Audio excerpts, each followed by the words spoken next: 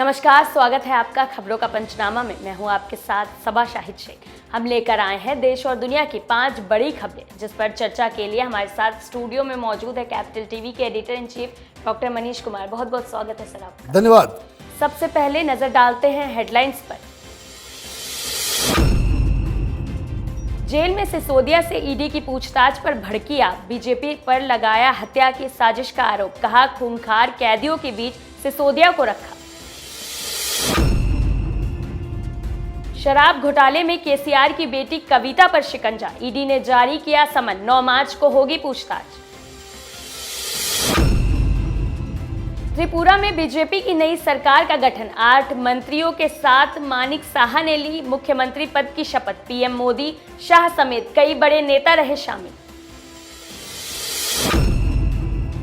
बिहार में पीएफआई की जुड़े लोगों पर एनआईए की बड़ी कार्रवाई, 5 हवाला ऑपरेटर गिरफ्तार। विदेशी फंडिंग के मॉड्यूल का खुलासा।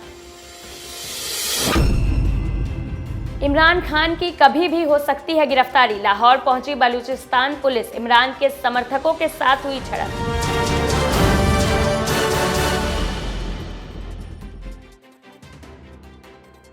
तो सबसे पहले बात सिसोदिया की गिरफ्तारी को लेकर बौखलाई आम आदमी पार्टी की करेंगे, जिसने एक बार फिर बीजेपी पर बेतुके आरोप लगाए। और सौरभ भारद्वाज ने कहा कि आज मनीष सिसोदिया केंद्र सरकार के षड्यंत्र के कारण जेल के अंदर है। उन्हें साजिश के तहत तिहाड़ जेल की नंबर 1 में रखा गया है, जबकि जेल नंबर 1 में देश के सबसे ज्यादा खतरनाक और हिंसक कैदी बंद है। अभी षड्यंत्र शीर्ष नेताओं की हत्या तक पहुंच गया है। ये खतरनाक संकेत है, हम इसकी निंदा करते हैं। वहीं जेल प्रशासन का कहना है कि सिसोदिया को सख्त सुरक्षा में रखा गया है। आरोप बेबुनियाद है। डॉक्टर साहब, आम आदमी पार्टी ने बीजेपी पर सिसोदिया की हत्या का आरोप लगा दिया, ऐसा क्यों? देखिए, आम आदमी party it's a gang of pathological lawyers. ये तिहाड़ जेल किसके अंदर आता है? आप केंद्र सरकार से सवाल क्यों कर रहे हो? ये तिहाड़ जेल दिल्ली सरकार के अंतर्गत आता है और आप कह रहे हो कि खूंखार आतंकियों के बीच मनीष सिसोदिया को रख दिया गया। भाई, तो आप अपने अधिकारी को कहो कि भाई उसको अच्छी जगह पे रखे, जैसे सत्येंद्र जैन को अपने अच्छी जगह पे रखवाया था। मसाज चल रहा था, बाहर का खाना आ रहा था, पत्नी भी जा रही थी। दरअसल सिसोदिया ने दी है धमकी कि हमारा मुद्दा रोज मीडिया में उठना ही उठना चाहिए, और इसलिए ये इतना ज्यादा फ्रस्ट्रेट हो चुके हैं आम आदमी पार्टी के नेता कि एक तो मौन व्रत में चला गया, नौटंकी कर रहा है। सवेरे से सवेरे वीडियो एक तस्वीर ट्विटर पे डाल दिया कि मैं मौन व्रत में हूँ, ध्यान पे बैठा हुआ हूँ। भाई, लाइव स्ट्रीमिंग कर दिए होते, यूट्यूब पे चढ़ा दिए होते लाइव स्ट्रीमिंग। देश देखती कि भाई 5 घंटा बैठ करके ये वाकई ध्यान कर रहा है कि तमाशा कर रहा है। और ध्यान, योगा का ध्यान जो कर रहे हो वो पोस्चरिंग भी गलत है, हाथ मुड़ा हुआ है, कहाँ हाथ होना चाहिए नहीं होना चाहिए। ये तमाशा, ये नौटंकी बाजों का एक पूरा गैंग है। आप इतनी बड़ी बात कह दोगे कि हत्या की साजिश रची जा रही है, जबकि वो तुम्हारे अंतर्गत आता है। तो इसका मतलब ये है कि जरूर कुछ न कुछ आम आदमी पार्टी के अंदर ये खलबली मची हुई है कि अगर ढीले पड़ गए, अगर हमने ऑफेंस अपना कम किया तो हम पकड़े जाएंगे, और पकड़े गए तो राजनीति तो जाएगी ही जाएगी, सारे तमाम लोग जेल चले जाएंगे। ऐसा अब लग रहा है कि केजरीवाल का नंबर आ गया है। इस वजह से ये बेचैनी हो रही है और इस तरह से बेतुके आरोप लगाए जा रहे हैं। तो एक तरफ शराब घोटाले से सिसोदिया परेशान है, तो दूसरी तरफ तेलंगाना के मुख्यमंत्री केसीआर की बेटी कविता पर ईडी ने शिकंजा कस दिया है कि कविता को प्रवर्तन निदेशालय ने समन भेजा है और 9 मार्च को पूछताछ के लिए बुलाया है। ईडी ने कविता को दिल्ली शराब घोटाले से जुड़े मामले में पूछताछ के लिए बुलाया है। इससे पहले कविता के चार्टर्ड अकाउंटेंट बूची बाबू गोरंटाला को गिरफ्तार किया गया है। हालांकि अब उन्हें जमानत मिल चुकी है। सर, क्या आप शराब घोटाले में केसीआर की बेटी कविता भी गिरफ्तार हो सकती है? देखिए, ईडी ने बुलाया है और जो मालूम चल रही है खबर कि उन्होंने ईडी को गुजारिश की है कि मैं अभी नहीं आ सकती, मैं सवालों का जवाब नहीं दे पाऊंगी, मुझे ये बहाना वो बहाना। ठीक वैसे ही ये तमाम बड़े बड़े लोग जो मुख्यमंत्री, गृह मंत्री और बड़े बड़े लोग होते हैं, उनको लगता है कि सिस्टम उनके पैर की जूती में रहता है। एक शख्स था, होम मिनिस्टर शरद पवार की पार्टी का, महाराष्ट्र के अंदर यही बहानेबाजी कर रहा था। ईडी ने बुलाया और गिरफ्तार किया और 1 साल तक वो अर्थर रोड जेल में सड़ता रहा। दिक्कत क्या है कि हिंदुस्तान में लोगों ने ये देखा नहीं कि मिनिस्टर की बेटी, डिप्टी सीएम ये लोग जेल जाएं। ये लोग अब तक इस तरह के सिस्टम से वाकिफ नहीं थे। प्रधानमंत्री मोदी ने लाल किले के प्राचीर से कहा है कि भ्रष्टाचार की वजह से देश इतना बर्बाद हुआ है और इसलिए कभी भी जो भ्रष्टाचारी हैं उनको छोड़ा नहीं जाएगा और मीडिया उसको यूटिलाइज ना करे, मतलब उसको महान बताने की गलती ना करे। तो अब ये जो शराब घोटाला हुआ, तो शराब घोटाला ये आईएएस ऑफिसर बताता है खुद को, केजरीवाल पढ़ा लिखा व्यक्ति मर्डर करता है तो वो बड़ी ही सफाई से करता है, पुलिस की हालत खराब हो जाती है केस को क्रैक करने में। ये तो इनकम टैक्स अधिकारी है, कागज का पक्का। आप ये समझिए कि इसने अगर धूर्तता की है तो किस हिसाब से इसने बनाया होगा पूरा प्लान। तो इस प्लान में जो सबसे बड़ा आरोप है कि दिल्ली में इसने साउथ लॉबी, साउथ के शराब माफियाओं को जगह दी और उस शराब माफियाओं के साथ रिश्ता किसका है? वो केसीआर की बेटी का है। एक बात आप समझ लें, कोई भी ऑर्गेनाइज्ड क्राइम है वो बिना पुलिस या बिना पॉलिटिशियन की मदद से हिंदुस्तान में चलता ही नहीं। चाहे ड्रग्स का मसला हो, चाहे वो प्रोस्टिट्यूशन का मसला हो, चाहे वो चाइल्ड ट्रैफिकिंग का मसला हो, चाहे वो किसी तरह का जो बड़ा जो ऑर्गेनाइज तरीके का क्राइम है जैसे ये माफिया। अब इनके खिलाफ क्या है? इनके खिलाफ यही है कि ये भी आती थी होटल में बैठ करके सिसोदिया के साथ कि कैसे कानून में बदलाव किया जाए कि शराब माफियाओं को फायदा हो और तुम्हें पैसे भी मिल जाए। अब जो ईडी ने तहकीकात की तो मालूम चला, इनके सीए को पकड़ा, उसने बहुत सारे राज उगल दिए। अब वो बेल पे रिहा हो गया तो उसने बताया होगा कि ये सब सारे सवाल का जवाब हमने दिया। अब दिक्कत क्या है कि मैडम कविता के ऊपर आरोप ये है 2 सिम और 4 फोन इन्होंने डिस्ट्रॉय किए। मतलब जिस पे फोन की बात ये सिसोदिया से, केजरीवाल से, ये शराब माफिया के साथ जिन जिन लोगों से ये बात किया करती थी वो फोन नंबर और वो फोन उसको डिस्ट्रॉय किया गया है। 160 फोन को डिस्ट्रॉय किया है ये केजरीवाल। ये सब शहीद भगत सिंह के औलाद बताने वाले लोग ये धंधा कर रहे थे और इसलिए बुलाया गया है।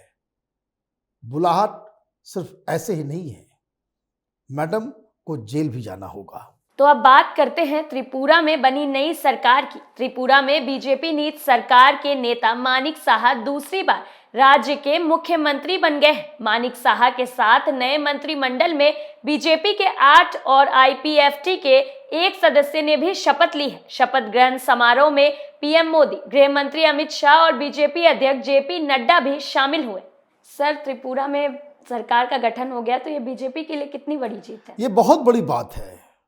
बीजेपी वहां पे पिछले से पिछले चुनाव के पहले नील थी, वहां उसका कोई एग्जिस्टेंस ही नहीं था और वहां पे वामपंथियों का, कम्युनिस्ट पार्टी का वहां वर्चस्व 30-35 साल से वहां पे वामपंथियों की सरकार चल रही थी।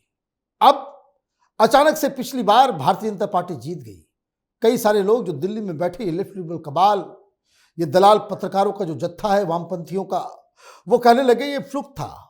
लेकिन सरकार ने वहां पे काम किया और फिर से अपने बहुमत पाकर के वो सरकार में वापस आ गई और वामपंथियों ने कांग्रेस पार्टी के साथ हाथ मिलाया और कुल मिलाकर के 13 सीट ही जीत पाई। मतलब बहुत ही कन्विंसिंग विक्ट्री। और ये कन्विंसिंग विक्ट्री जो हुई है वो इतना ज़्यादा इम्पॉर्टेंट है कि आप देखिए वहाँ पे तो काम की वजह से ही वहाँ तो हिंदुत्व का कार्ड चलता नहीं।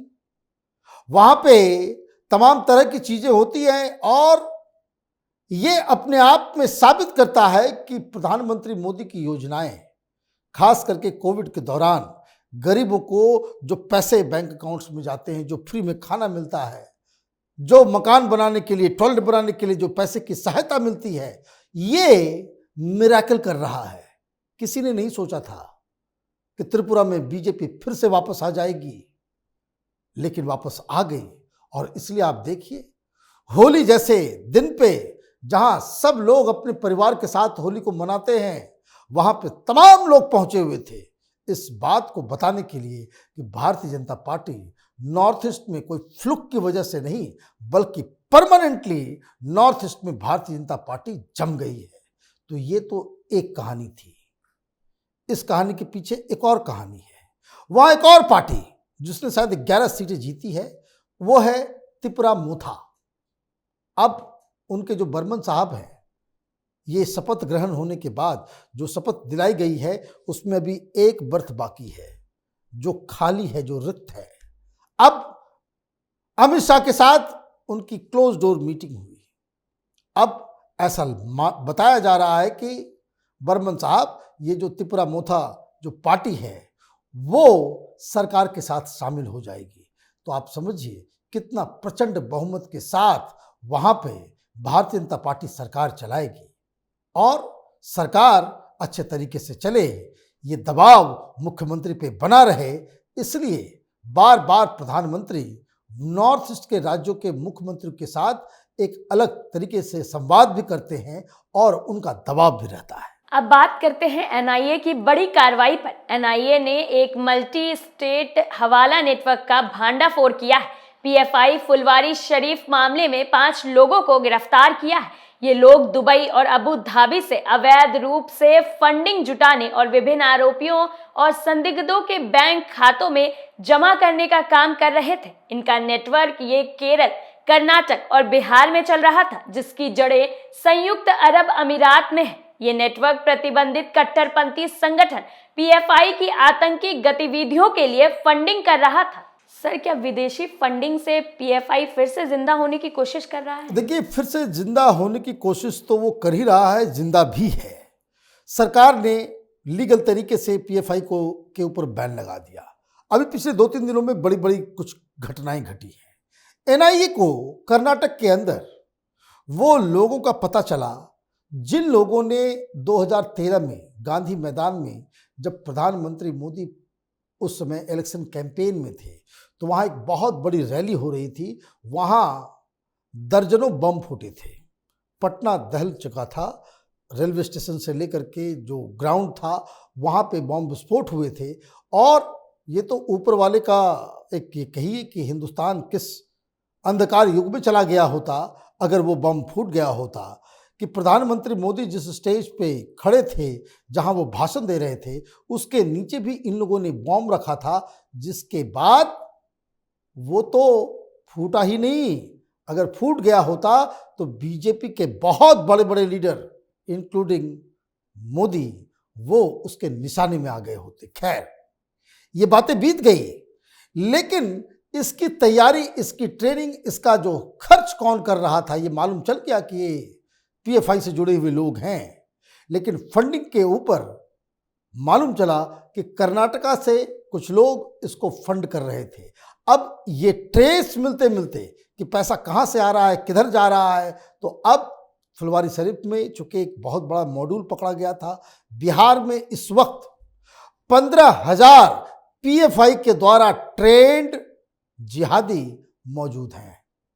ये आंकड़ा है एनआईए के रिसर्च का, उसकी सारी चीज़ों का।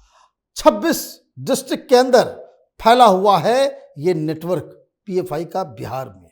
खैर, वहाँ पे सेकुलर सरकार है, पीएफआई के खिलाफ एक्शन लेगी तो लालू यादव की पार्टी का एमवाई कॉम्बिनेशन खराब हो जाएगा और मुख्यमंत्री नीतीश कुमार, उनकी इमेज पे बट्टा लग जाएगा। तो केंद्रीय एजेंसियां ही ये सारा काम कर रही हैं। तो ये पैसे कैसे आ रहे थे, तो आपने जो बताया कि एक इंटर स्टेट अलग अलग राज्यों में फैला हुआ एक हवाला रैकेट, उसका उजागर हुआ है। लेकिन मैं इसमें एक चीज़ और जोड़ दूँ, पीएफआई उसकी फंडिंग 2 तरीके से होती है। एक जो पाकिस्तान के अंदर में ड्रग्स का जो पैसा आता है हिंदुस्तान के अंदर, वो पैसा ये जिहाद के काम में इस्तेमाल होता है। ड्रग्स का पैसा जो अफगानिस्तान से ड्रग्स हिंदुस्तान में आता है, जो आप सुनते हैं कि भाई इतनी इतनी करोड़, 3,000 करोड़ का ड्रग्स पकड़ा गया। भाई 3,000 करोड़ का ड्रग्स पकड़ा तो गया, 10,000 करोड़ का ड्रग्स अंदर भी आ गया होगा। और ये जो अंदर आता है वो पैसा जाता कहाँ है, किसके पास? ये इन्हीं लोगों के द्वारा जाता है।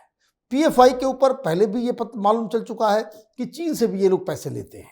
और चीन का जो पैसा होता है ये दरअसल सऊदी अरब, यूएई, वहाँ बिजनेस ट्रांजैक्शन दिखाते हैं, पैसा उन कंपनियों में आता है और वहाँ से फिर हवाला के रूप में वो हिंदुस्तान आता है।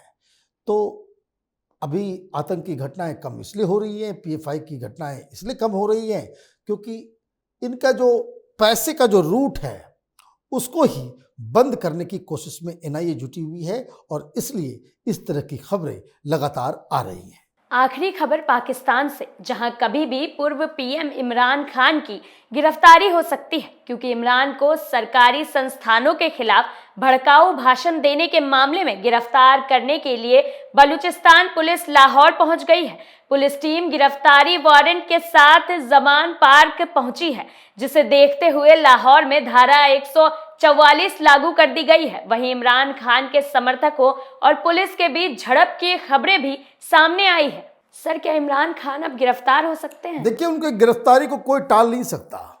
पाकिस्तान की सरकार और पाकिस्तान की आर्मी यह अफोर्ड ही नहीं कर सकती है कि इतना पॉपुलर व्यक्ति, जिसके इशारे पे हर शहर में दंगा फसाद फैल सकता हो, उसे वो बाहर रखे। दो प्रॉब्लम्स हैं। पहली प्रॉब्लम ये है कि पाकिस्तान की सरकार को कहीं से कहीं भीख नहीं मिल रही, महंगाई आसमान छू रही है, वहाँ अस्त व्यस्त है, सैलरी नहीं मिल रही, इंडस्ट्री बंद हो रही है, पूरी इकॉनमी चौपट हो गई है। और जब इकॉनमी इस बदतर हालत पे पहुँचती है तो लोग नाराज़ होते हैं। और अगर इमरान खान जैसे लोग उस मुल्क में हों जो लोगों के गुस्से को और हवा दे, भड़काने का काम करे, तो जनता क्या करती है? तो सड़क पे आ जाती है। सड़क पे आने के बाद क्या होता है? जैसे श्रीलंका में आपने देखा था कि कैसे प्रेसिडेंट के घर में, पार्लियामेंट में, हर जगह लोग घुस गए थे। कैपिटल टीवी के दर्शक जो लगातार हम लोगों को देखते हैं, ये भविष्यवाणी हम लोगों ने 1 साल पहले ही की थी कि पाकिस्तान उस राह पे चल पड़ा है कि जैसे श्रीलंका में हुआ वैसा ही इधर हो। अब यहाँ पे दिक्कत ये है कि 2 दिन 3 दिन पहले लाहौर की पुलिस भी वारंट लेकर के गई, लेकिन लोगों ने भीड़ इकट्ठा इतना ज़्यादा हो गया, इतना ज़्यादा प्रोटेस्ट शुरू हो गया कि वो वापस लौट गए।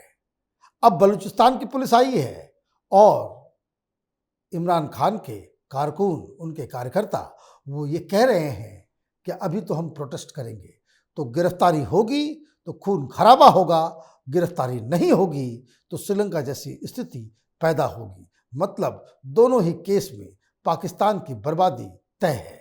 बहुत बहुत शुक्रिया सर। धन्यवाद।